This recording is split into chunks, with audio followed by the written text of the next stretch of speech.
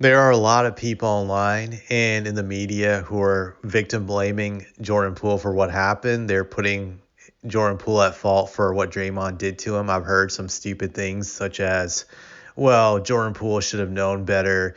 He should have done everything to de-escalate Draymond. I'm like, that first of all is pretty stupid. He's a basketball player. He shouldn't have to focus into de-escalating Draymond Green. That sounds like some stupid shit I've heard from one of the customer service jobs I've worked in the past where it's like, you need to learn how to de-escalate. You need to know how to calm down the caller. That's just some stupid shit. That's some customer service shit. That's the way I look at that one. No, he should not have had to know how to de-escalate Draymond. Draymond's a grown man. He's 32 years old. He should have control of his emotions. He's not a kid anymore. Once you're above 30, you should be able to manage your emotions. We should not give Draymond a pass for being an irrational, dumb idiot in this instance. I really don't get it when people give passes to people above the age of 30. I know I sound repetitive, but that's just very stupid to be honest. So he knew what was up. He knew as a grown man this was not the right thing to do it, and he still did it. That says a lot about Draymond Green, and it's very disturbing to be still acting like a kid at that age. It shows that there's something developmentally wrong with Draymond Green. The second thing I've heard is that Jordan Poole was wrong for shoving Draymond Green and deserved to get knocked out for that reason. Well, I feel Draymond Green initiated this whole entire thing. You can't just walk up to a man and bump chest to chest with him and not expect a physical reaction. I just don't get it. What people expected Jordan Poole to do in that situation. Did you expect him to be like Michael Jordan in '92 with Xavier McDaniel? They were just gonna stand together face to face, start yelling at each other, just and screaming and yelling. To me, I don't get it. Most of the time, from what I've seen, when two men gonna walk into each other chest to chest, one of them is gonna shove the other just to get space, just to get him off of him. Draymond Green violated the space principle, which is you're not supposed to walk up in a man's personal space. That's basically you're invading his territory and you're starting the whole entire fight or initiation. So that's really stupid. I've heard Kwame Brown say that Jordan Poole should have known how to fight Draymond. He should have known once he shoved him that Draymond was gonna strike him, because once you shove a man and he comes back into your personal space a second time, you should know. You should know how to defend yourself. That to me is true to some degree. That is true that when a guy comes back in your space, that means he's gonna fight you. Absolutely, but at the same time, this ain't the streets, Kwame Brown. This is basketball. This is practice. I don't think you expect that shit in practice from your own teammates. I know he's going to make the argument like, well, back in my day, this happened with Charles Oakley when I was with the Wizards, blah, blah, blah. Yeah, that's some old school shit. For the most part, you don't expect that shit in practice. That to me is just not normal. I don't think you can spin it.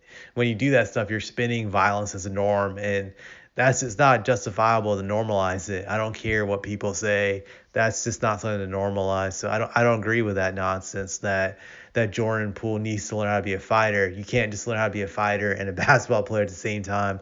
Most guys who play ball don't know how to fight, and that's okay because that's not their field of training. That to me is just a bunch of nonsense. So I say that's out of whack. And the biggest thing why I don't like this victim blaming thing, because I'm not a fan of this in the sense because I think that's a huge issue in just an American culture, American psyche, just ethos, where we let people do horrible things to others and we just absolve them of it. There's like no accountability for committing just bad acts. For example, if someone gets raped, I've heard this dumb excuse, which is like, well, she brought it on herself. She should not have worn a short skirt or a short dress or dressed the way she dressed. That stuff is wrong, man. It's wrong. People have committed suicide over this shit when the victim gets completely bullied and it's put on them 100%. That's the stupidest thing ever.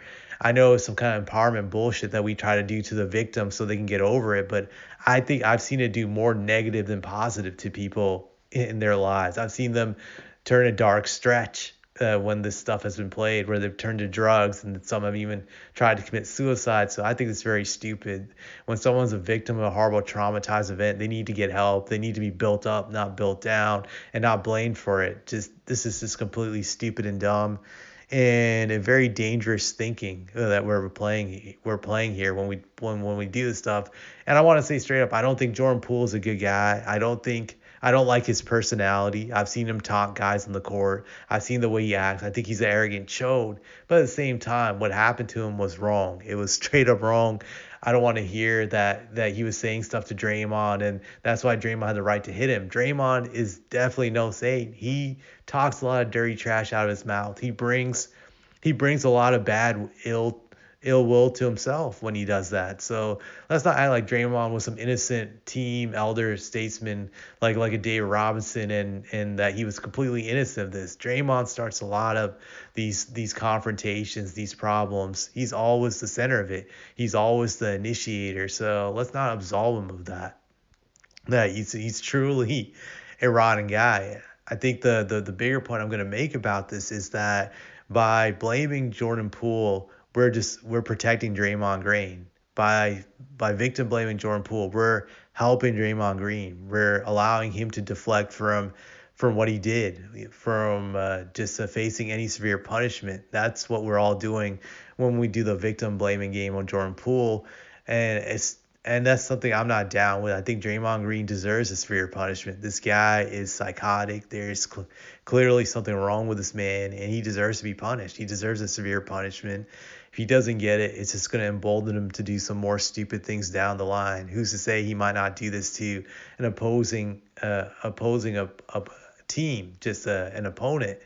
He has the possibility to snap. That's what it showed to me. Just so we had to continue to put the pressure on Draymond. We got to continue to call him out on what he did and not let up. I think it's very important because the Warriors are definitely not going to punish him. That's for sure. But on social media and all these other platforms, we do have some power. We continue to push the issue, saying that this guy is a straight up dirty player. He's a goon. He's a thug. He deserves to be punished for his actions.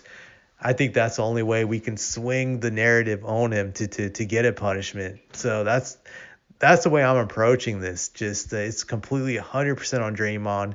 The focus should be on him 100% for what he did, which was wrong. And that's all I had to say about this.